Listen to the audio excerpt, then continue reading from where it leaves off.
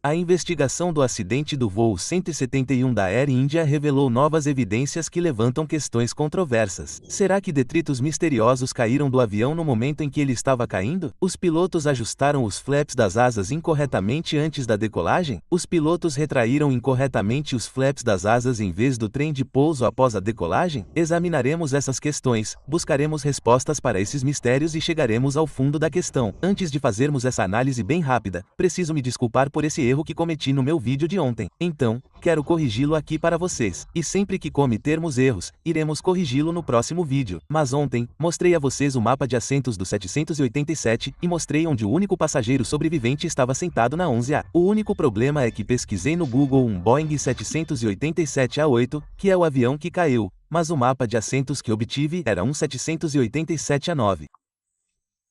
E então vou mostrar a vocês a correta agora porque ela se refere diretamente à nossa discussão de hoje. Então, mais uma vez, peço desculpas por isso e espero que me perdoem. Agora eu sei o que você está pensando aqui, Jeff. Cara, você é o Senhor Homem Perfeito. Você nunca errou. Você está sempre certo. Você sabe que isso é verdade. Eu nunca errei. Teve uma vez que pensei que estava errado, mas estava enganado. Então, vocês podem ver que é aqui que ele estava sentado e continua sendo o mesmo assento. Continua sendo 11A e continua praticamente no mesmo local físico. E se vocês olharem ao lado do círculo ali, podem ver que era onde ficava a porta de emergência pela qual ele provavelmente escapou, certo? Então, o site de notícias Daily Mail publicou esta história aqui hoje e diz: ó, exclusivo. Então, eles estão mostrando este vídeo que todo mundo viu e estão chamando isso de exclusivo, certo? Vídeo mostra o objeto voando para fora do avião da Air India segundos antes do acidente, enquanto o especialista Hale faz a fuga milagrosa de um sobrevivente britânico no assento 11A. Então, aqui no vídeo, eles identificaram algo que disseram ter caído do avião pouco antes de ele cair e impactar.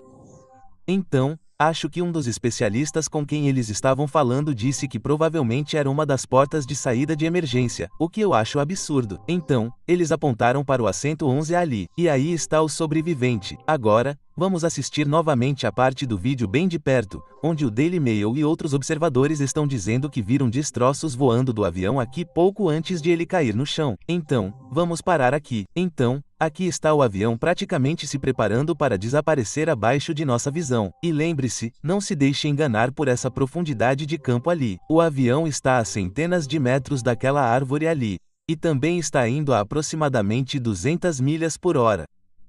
Mas então concentre-se nesta área aqui e veremos o que está acontecendo com a parte que está saindo do avião. E é por isso que nem faz sentido para mim, mas você verá do que estou falando quando vir a parte. Ali está, bem ali. Viu? Viu como ela simplesmente apareceu ali? Certo. Então, um avião que já passou centenas de metros daquele ponto, de repente você tem algo aqui que está se movendo para cima, o que já vai contra a física aqui. Então, ali está a parte, viu? E conforme passamos por ela, você pode ver que ela não está realmente fazendo nada. Ela está meio que flutuando no ar, e é por isso que acho que isso não é algo que teria caído do avião. E aí está sua explosão começando bem longe deste ponto. Então, o que eu acho que aconteceu? Acho que o avião, só o vento dele chegando bem perto do telhado de alguém, sugou alguma coisa do telhado, como talvez um toldo, uma folha de compensado, papel alcatroado ou algo assim, porque isso não é algo que está caindo. Porque lembrem-se, se a parte tivesse caído do avião, só faz sentido, pessoal. Quer dizer, realmente, esse é um daqueles momentos da aqui, pessoal, porque se essa parte tivesse caído do avião e o avião estivesse caindo, então a parte estaria caindo na mesma velocidade que o avião. Estaria caindo e batendo no chão. Não estaria subindo do chão. Estaria caindo no chão. Então acho que é por isso que isso não tem nada a ver com o avião e não tem nada a ver com o único sobrevivente do acidente. E essa não é a porta de saída de emergência que algumas pessoas estão pensando que seja. Elas acham que de alguma forma esse cara pegou a porta de saída de emergência e a jogou para fora do avião e pulou do avião. Isso simplesmente não é o caso. E não é só isso, pessoal, é fisicamente impossível para qualquer ser humano vivo. Mesmo eu, por mais forte que eu seja, é impossível abrir uma porta de saída de emergência dentro do avião porque, antes de tudo, a porta é forçada contra o buraco assim. Então, assim que o avião está pressurizando e estamos descendo a pista para decolar, ele está colocando pressão contra a porta. E nenhum ser humano conseguiria puxar isso. E então, Mesmo quando o avião pousa, a única maneira de abrir a porta é puxando-a para dentro, o que você não pode fazer até depois da queda, ou depois de um pouso seguro. E quando você puxa a porta para dentro, ela faz assim e depois sai. Então é um movimento meio complexo. Não é algo que você pode simplesmente pegar e jogar para fora do avião. Essa não era a porta do avião. Então, agora queremos abordar essa controvérsia aqui. Temos recebido muitos comentários, milhares em ambas as direções aqui desde o meu vídeo de ontem. E muitas pessoas por aí, cerca de metade da internet acha que quando este avião decolou, os flaps na parte de trás das asas estavam ajustados incorretamente. Era uma configuração ruim. A outra metade de vocês acha que estava ajustado corretamente. Então, quem está certo? E por que todos o veem diferente? Principalmente em vídeos tremidos e granulados, quase impossível de discernir. Então, vamos analisar isso. Então, quero mostrar a vocês como são os flaps estendidos corretamente antes da decolagem do avião. E então quero mostrar a vocês porque pode ter sido impossível para eles decolarem neste avião com configurações ruins dos flaps na parte de trás dessas asas. Então, aqui está um Boeing 787-8 parado no portão, e ali estão os flaps traseiros na asa, certo? Então, ali vocês podem ver. E então há a linha ali que cria uma lacuna quando eles estendem os flaps para baixo e criam essa curvatura. Então, a razão pela qual você tem que estender esses flaps para a decolagem é adicionar curvatura à asa. Isso se chama aumentar a curvatura. E o que isso faz é aumentar a área da superfície da asa para que ela tenha sustentação. E então há aquela linha bem ali que você veria a abertura quando ela começa a se estender. Certo, agora observe aqui enquanto o capitão começa a ajustar o flap. Viu como eles abaixaram um pouco ali? E veja, é isso, é só até onde eles vão. Então, eles estão se movendo agora. E essa é provavelmente uma configuração de 15 graus, mas você pode ver que é uma diferença sutil. Não é tão óbvio na asa. E ele está testando aqui também os slats, mas não é tão óbvio olhando para isso, especialmente se este avião passar por você a 200 metros por hora, para que você possa dizer se esses flaps estão estendidos ou não. Então, todas essas pessoas que afirmam que veem que os flaps não estão estendidos, eu ainda não concordo com isso, pessoal. O vídeo não está claro o suficiente para mostrar porque aqui sentado no avião, você quase nem percebe. Agora, enquanto o avião taxia pela pista, preste bastante atenção nesses flaps porque é isso que deve acontecer. É assim que deve ficar. Então, você pode ver como eles são estendidos. E agora vamos com o nariz para cima aqui. E conforme ele sobe, dentro de 5 segundos após a decolagem é quando o trem de pouso deve estar levantado. Então, mais ou menos agora, o trem de inclinação deve estar sempre levantado, e deve subir antes que eles levantem os flaps. Então, o flap ainda deve estar abaixado porque ainda não estamos em altitude suficiente, e provavelmente não estamos indo a velocidade suficiente para que o ar flua com eficiência o suficiente sobre as asas para dar sustentação.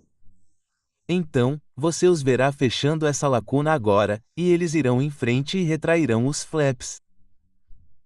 Então, continue observando a ação nesses flaps bem ali. Você pode dizer que isso acontece, sabe, não imediatamente após a decolagem. Agora, observe isso. Veja, aqui está. Então, agora eles estão retraindo os flaps. E você pode ver que é uma diferença sutil. Não parece muito diferente do que parecia há 5 segundos, antes de ele retrair os flaps.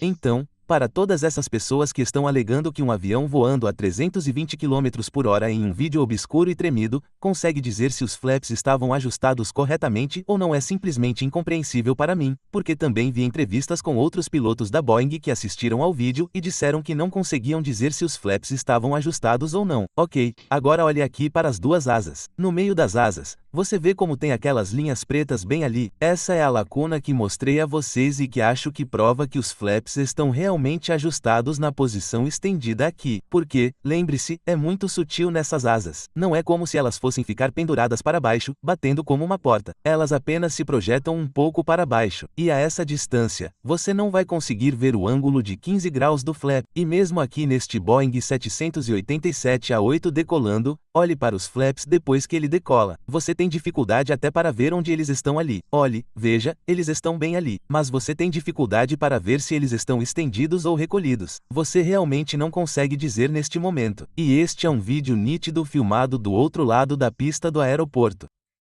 Ok, agora vamos abordar este ponto muito crítico aqui. Os pilotos poderiam ter decolado naquele avião com uma configuração de flaps inválida? E eu acho que a resposta é não, porque veja, É isso que acontece se você tentar decolar e atingir aqueles propulsores ali e você vai decolar com os flaps não estendidos.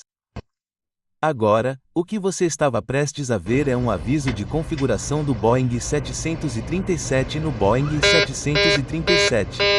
E isso vai disparar por 4 razões principais.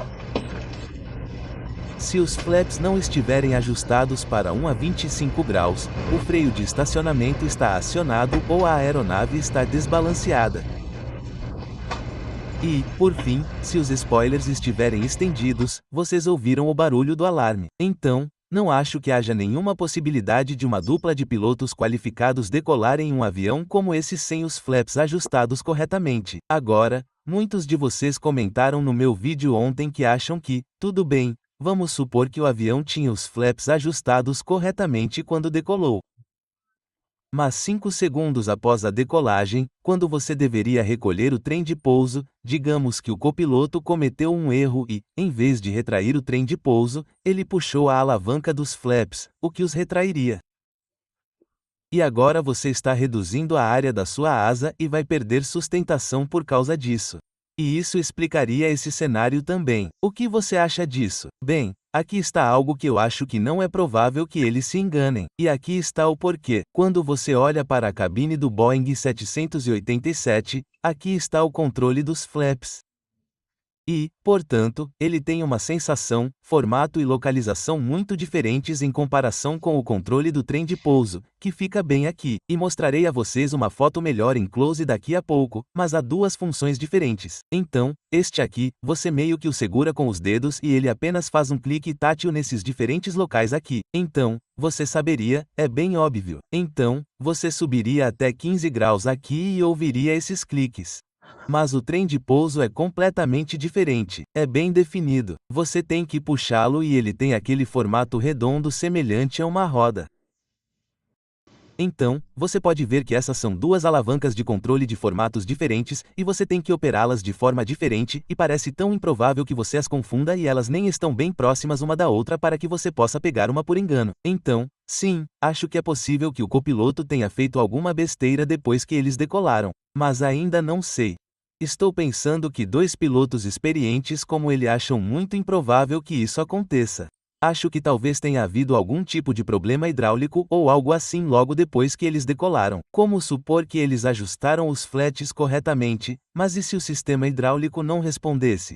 Talvez esse possa ser o problema, certo? Então, quando eles vão recolher o trem de pouso, ele o opera corretamente com a alavanca certa. Mas, ei, espere um minuto, não está recolhendo, tem algo errado aqui. Então, acho que eles podem se concentrar nisso também. E essa fumaça que você vê ali não é fumaça, é poeira levantada no final da pista pelo avião. E não deixem de fazer perguntas. Esta é uma ótima discussão de engenharia. Este é um mistério que realmente precisa ser resolvido, pessoal. E se você não viu meu vídeo de ontem aqui sobre o acidente da Air India, confira aqui em cima. E não deixe de conferir também meu outro vídeo que fiz sobre o acidente do avião em Boca Raton aqui. E foi especial para mim, pessoalmente, porque aconteceu perto de mim. Consegui ir até o local e gravar o vídeo lá. Então, muito obrigado por se juntarem a nós e nos vemos no próximo.